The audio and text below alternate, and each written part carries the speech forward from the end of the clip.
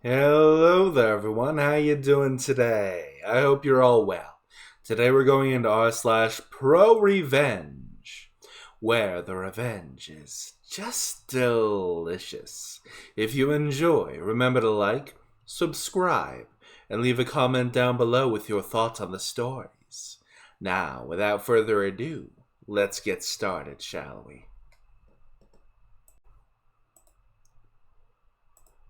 When your racket with the local cops bites you in the ass internationally.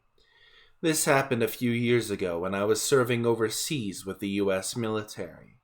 The location I was at was in a poorer area. There's a fair number of panhandlers, a lot of petty crime, and people just doing stupid stuff. Well, one racket that goes on in this area, and apparently in other areas of the country too, is the local cops incentivize reporting vehicles without of dates and inspection stickers.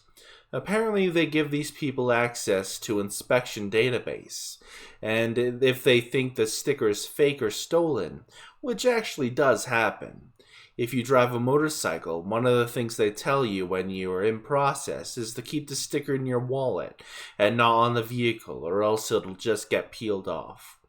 Anyway, what these people will do is they find a car with an out of date sticker, or if they run the plates and find it out of date, they will jimmy the door open, steal every single thing out of the car, and leave a note that they've taken it to the police station.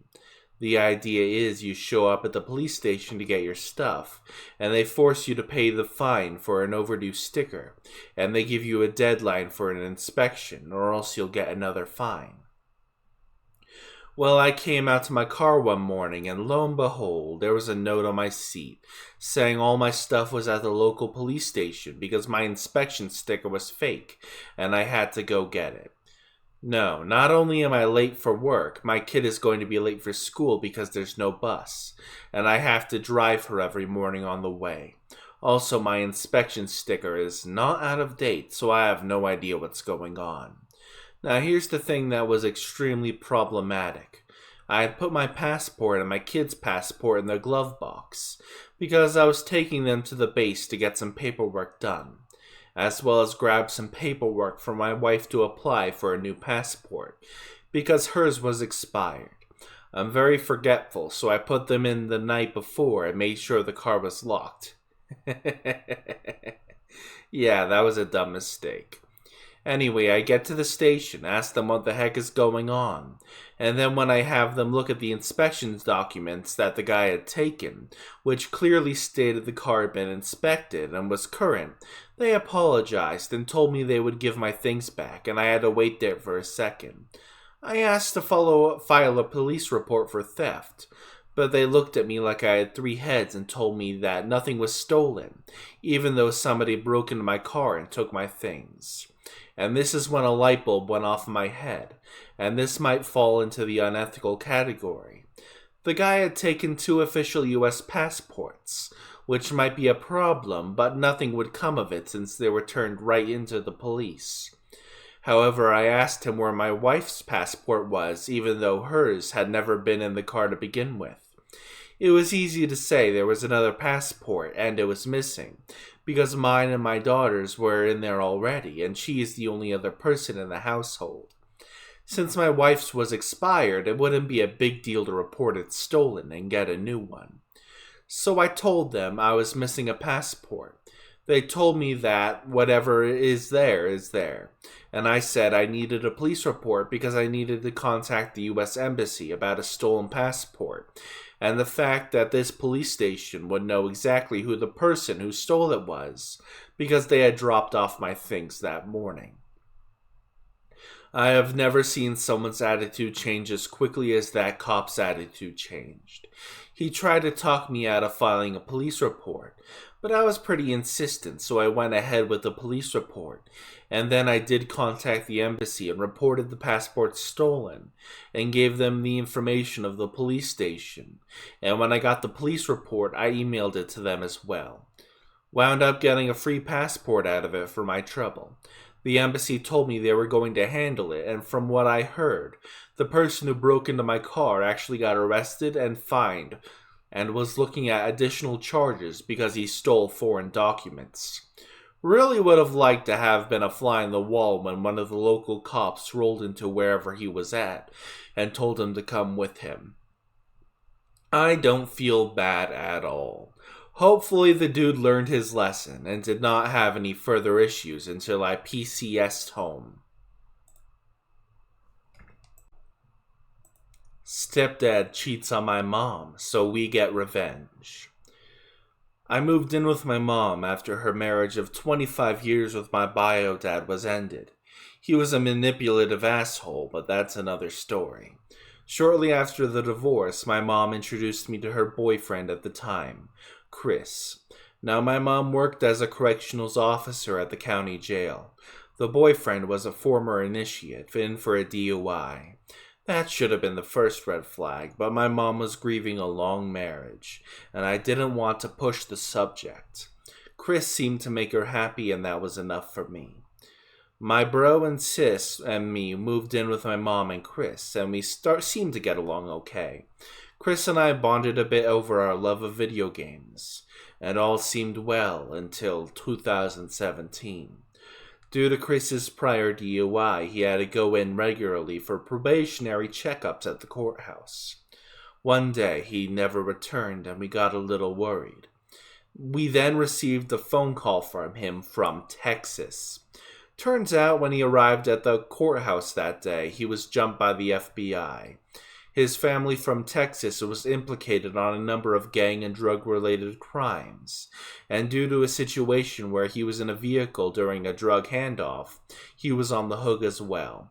He ended up agreeing to testify against his family members in exchange for a shorter sentence, and to be allowed out of prison before the trial. My mom was distraught, and over the course of many phone calls over a year, they worked out their marriage plans when he returned. The store owner at the DQ he worked out allowed him to come back as well, back to his store manager position. Soon after, the drinking started. Now, obviously, because of his DUI, Chris was clearly no stranger to drinking. He began to drink more and more, to the point where he was consuming half a 24-pack of beer every day. Chris was a mean drunk. He regularly started fights when wasted, and when they never got physical, he wasn't exactly kind with words. My mom enabled his behavior for several years, saying the stress was getting to him from work and from the upcoming trial. Finally, after several years, my mom had enough. Chris came home extremely drunk one night, and my mom confronted him. She asked if he'd been drinking, and when he didn't deny it, she kicked him out. We went to live with a friend temporarily. The next morning, Mom asked us to help gather a few of his essentials so we didn't have to re-enter the home until he was sober. While we were gathering his things, we heard a knock at the front door. We opened it to find Betty, one of Chris's co-workers, and someone I went to high school with. She told my mom she had something important to share. After sitting my mom down and telling her not to share where she got the info from, Betty told my mom about how Chris was cheating on my mom with Darla, how he regularly had Darla perform naughty acts around the workplace, how Betty had caught them, and how Chris told her that if she ever told my mom, he'd fire her. He was the store manager after all. And finally, how Darla was pregnant. My mom was angry. After the initial shock wore off, she told us to round up all of Chris's things and to dump it outside. We took everything out of the house and tossed it all into the alley behind our house. Chris had no reason or ability to return to the house. It was rented with only my mom and the paperwork, so no issues there. In the meantime, she called him and confronted him. He confessed to the entire affair, and he was happy Darla was pregnant, because that meant he'd finally have a child of his own. Mom refused to have more kids. We were massive strains on her body, and she likely wouldn't survive anymore. He refused to apologize for any of his actions, and my mom arranged for him to come collect his items from the alley with an officer present, and he left our lives. And now here's the revenge. Now, my mom clearly wanted to dust her hands off of him and move on. She was already quite emotional from the whole ordeal and wanted nothing more from him. But Sis, Bro, and I had other ideas. First, we called his workplace. DQ operates as an independently owned franchise, and the owner of this branch owns several branches in the area. He was also a good friend. We informed him of the naughty acts being performed on his premises, and went into the process of getting Chris booted from his position, and barred him from any of the branches in the area. Funny enough, Betty caught his position after he left, and now runs a tight and clean ship. Chris no longer had a job or a place to live, and so went to live with Darla in a town about an hour away. We found out he started working at another DQ in that town and informed the owner of that location of the situation. It took significantly longer due to there being no current indecent actions occurring there, but he eventually lost that job too.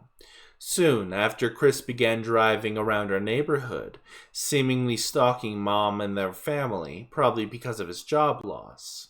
Now, due to the whole situation in Texas, he never had his probation lifted for his DUI, and thus still did not have a license. He never had it to drive when he lived with us, since work was local, and we could drive him as needed. But here he was, clearly driving around by himself when he shouldn't be. We contacted the police and informed them about Darla's vehicle in our neighborhood, and that we believed Chris was driving it without a license. We told them to pull over the vehicle next time they see it, as they likely would have Chris driving again. Sure enough, a few weeks later, we were told that Chris indeed was pulled over and sent back to the local jail for driving without a license and while intoxicated. The police also did a search of the home he was staying at. They found several guns at the premises. Since he was a felon, he was not legally allowed to have weaponry on the premises, meaning there was more jail time tacked on. By the time jail time had finished, it was just in time for him to be sent back to incarceration in Texas for the trial. Chris's son was born while Chris was in prison. Darla evidently realized what an absolute ass Chris was and cut ties with him while he was in prison. During his prison time, Chris started sending tons of letters to my mom, stating how sorry he was, pleading to take him back, and ranting about how it wasn't his fault, all in the same letter, mind you. Mom burnt every single one of them. We moved on, moving out of state. Chris evidently got out of prison some years ago and now lives in Kansas, struggling and fighting child support, which Darla sued him for. Mom has a new boyfriend who treats her right and cares a lot more than Chris ever did. Bro and Sis moved on and out, and I still live with Mom, assisting her with the newly purchased home we've been renovating. Life's looking okay. I was reminded of this by a chat with a coworker about cheaters, and thought to post it here for others to enjoy. I hope you enjoyed today's video. If you did, remember to like the video, subscribe to the channel, and leave a comment down below. I will see you all next time. Hasta la pasta, peeps.